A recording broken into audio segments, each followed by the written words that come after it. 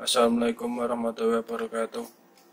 Perkenalkan, nama saya Triseno Ambara dari kelas 4I Perbankan Syariah NIM 63010190177. Di sini saya akan membawakan materi tentang ruang lingkup ekonomi makro Islam. Konsep dasar ekonomi makro Islam. Ekonomi makro Islam adalah ilmu yang membahas kebijakan ekonomi, ilmu yang membahas permasalahan ekonomi secara makro berupa pengelolaan dan pengendalian sesuai dengan ajaran Islam. Dalam membahas perspektif ekonomi, ada satu titik awal yang harus benar-benar kita perhatikan. Ekonomi dalam Islam itu yang sesungguhnya bermuara kepada akidah Islam yang bersumber dari syariatnya, sedangkan dari sisi lain dari Al-Quran Al-Karim dan As-Sunnah Nabawiyah yang berbahasa Arab. Permasalahan ekonomi makro: 1. Masalah inflasi. 2. Masalah pengangguran. 3. Masalah neraca keseimbangan. 4. Masalah pertumbuhan ekonomi. Tujuan mempelajari ekonomi makro: untuk dapat mengetahui dan memahami berbagai kejadian dan peristiwa yang berkaitan dengan ekonomi di suatu negara atau sebuah kawasan, serta memperbaiki kebijakan ekonomi di negara atau kawasan tersebut. Ekonomi makro dapat membantu memahami dan menyelesaikan masalah terkait perekonomian dan juga sebagai alat untuk menentukan arah kebijakan yang akan diambil untuk saat ini dan di masa yang akan datang. Tujuan mempelajari ekonomi makro: yang pertama, mempelajari KART untuk meningkatkan pendapatan nasional. 2. Memahami konsep untuk meningkatkan kesempatan kerja pada masyarakat dan meningkatkan kapasitas produksi. 3. Mempelajari cara mengendalikan laju inflasi pada suatu negara dan menjaga kestabilan perekonomian. 4. Mempelajari cara menyeimbangkan neraca pembayaran luar negeri. 5. Mengetahui teori pemerataan distribusi pendapatan. 6. Memahami konsep untuk meningkatkan pertumbuhan ekonomi suatu negara. Teori-teori ekonomi. Beberapa teori ekonomi telah dikemukakan untuk menjelaskan mengenai hubungan antara berbagai faktor produksi dengan pertumbuhan ekonomi.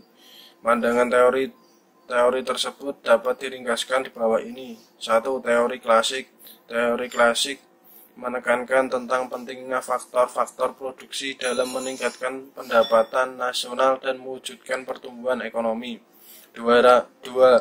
Teori Schumpeter. Teori Schumpeter menekankan tentang peranan pengusaha atau pebisnis yang akan melakukan inovasi dan investasi untuk mewujudkan pertumbuhan ekonomi. Pertumbuhan ekonomi menurut Schumpeter dalam buku The Theory of Economic Development tahun 1908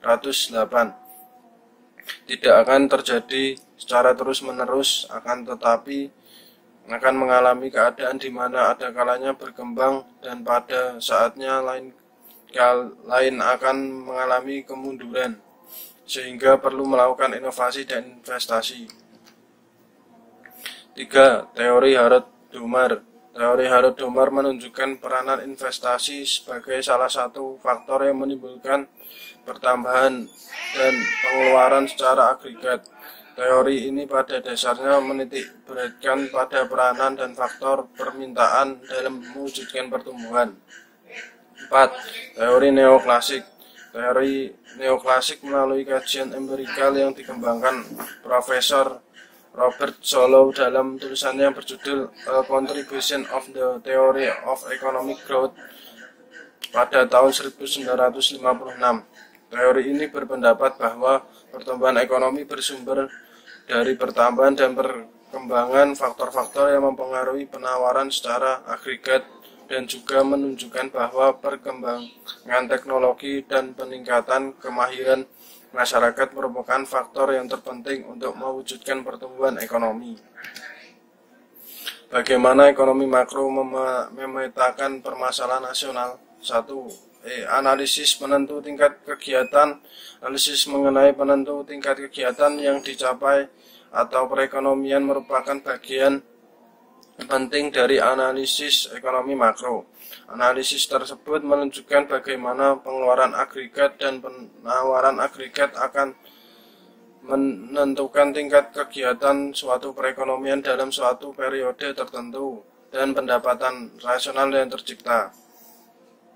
Analisis mengenai penentuan tingkat kegiatan dalam perekonomian perlu dibedakan kepada 3 bentuk penyederhanaan seperti yang digambarkan dalam abstraksi berikut ini. 1. Analisis penentu kegiatan perekonomian yang membuat pengandaian asumsi bahwa harga senantiasa tetap dan suku bunga dianggap tetap. 2. Analisis penentuan kegiatan perekonomian yang membuat pengandaian asumsi bahwa harga mengalami perubahan baik itu kenaikan ataupun penurunan harga. 3. Analisis penentuan kegiatan perekonomian yang membuat pengandaian asumsi bahwa harga dan suku bunga mengalami perubahan naik ataupun turun. Perbedaan ekonomi makro Islam dengan makro konvensional. Dalam teori makro, kita menggolongkan orang-orang atau lembaga-lembaga yang melakukan kegiatan ekonomi menjadi 5 kelompok. 1. Rumah tangga. 2. Produsen. 3. Pemerintah. 4. Lembaga-lembaga keuangan. 5. Negara lain. 1. Kelompok rumah tangga melakukan kegiatan-kegiatan pokok berupa A. Menerima penghasilan dari para produsen dari penjualan tenaga kerja mereka, upah, dividen, dan dari menyewakan tanah hak milik mereka. Dalam ekonomi Islam, belanja konsumsi terikat dengan kehalalan jenis pekerjaan yang dijual. B. Menerima penghasilan dari lembaga keuangan berupa bunga atau atas simpanan mereka. Teori konvensional atau non-syariah. Dalam sistem syariah mereka mendapat bagi hasil atau profit sharing. 2. Kegiatan kelompok perusahaan.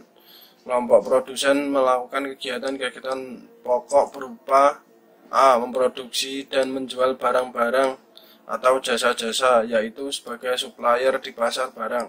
Dalam ekonomi Islam, memproduksi dan menjual barang atau jasa harus berupa barang atau jasa yang halal. B. Membayar pajak. Dalam ekonomi Islam, selain pajak, perusahaan juga dikenal pembayaran zakat perusahaan. 3. Kegiatan kelompok pemerintah atau government. Pemerintah termasuk di dalamnya bank sentral melakukan kegiatan berupa A. Menarik pajak langsung dan tak langsung. B. Meminjam uang dari luar negeri. Dalam ekonomi Islam, pinjaman adalah pembiayaan yang sesuai dengan syariah dan bebas riba. 4. Kegiatan kelompok negara-negara lain. Ekspor impor. A. Menyediakan kebutuhan barang impor sebagai supplier di pasar barang. Atau dalam ekonomi Islam, barang impor terikat dengan status kehalalannya. B. Menyediakan kredit untuk pemerintah dan swasta dalam negeri dalam ekonomi Islam berupa pembiayaan secara syariah dan bebas interest, bunga, riba atau riba. 5. Kegiatan kelompok lembaga keuangan. Kelompok lembaga keuangan mencakup semua bank-bank dan lembaga keuangan yang lainnya kecuali Bank Sentral, Bank Indonesia. Kegiatan mereka berupa A. Menerima simpanan atau deposito dari rumah tangga. B. Menyediakan kredit dan uang giral sebagai supplier dalam pasar uang.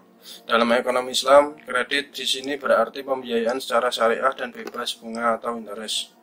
Sekian presentasi dari saya. Apabila ada kata yang kurang berkenan, saya mohon maaf yang setulus-tulusnya. Wabillahi taufiq wal hidayah. Wassalamualaikum warahmatullahi wabarakatuh.